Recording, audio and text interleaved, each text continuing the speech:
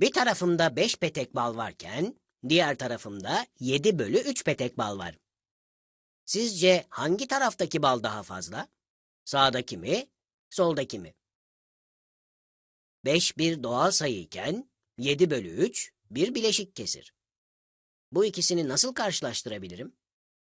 Bir doğal sayıyla bir bileşik kesri karşılaştırabilmek için bileşik kesri tam sayılı kesre çevirelim.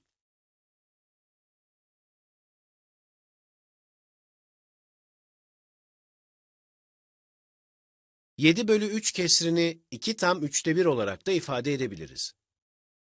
5, 2'den büyük olduğuna göre 5, 7 bölü 3 yani 2 tam 3'te 1'den de büyüktür. Tam kısımlar farklı olduğunda tam kısmı büyük olan daha büyüktür diyebiliriz. Şimdi de 5 ve 16 bölü 3'ü karşılaştıralım. Bileşik kesri tam sayılı kesre çevirdiğimizde 5 tam 3'te 1 kesrini elde ederiz. Bu sefer tam kısımlar eşit. Nasıl karşılaştırma yaparız? Gelin bunun için de sayı doğrusundan faydalanalım.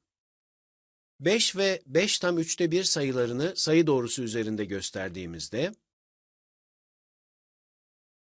5 tam 3'te 1 yani 16 bölü 3 kesrinin 5'ten daha büyük olduğunu görürüz. Tam kısımlar eşitse kesirli olan taraf daha büyüktür diyebiliriz.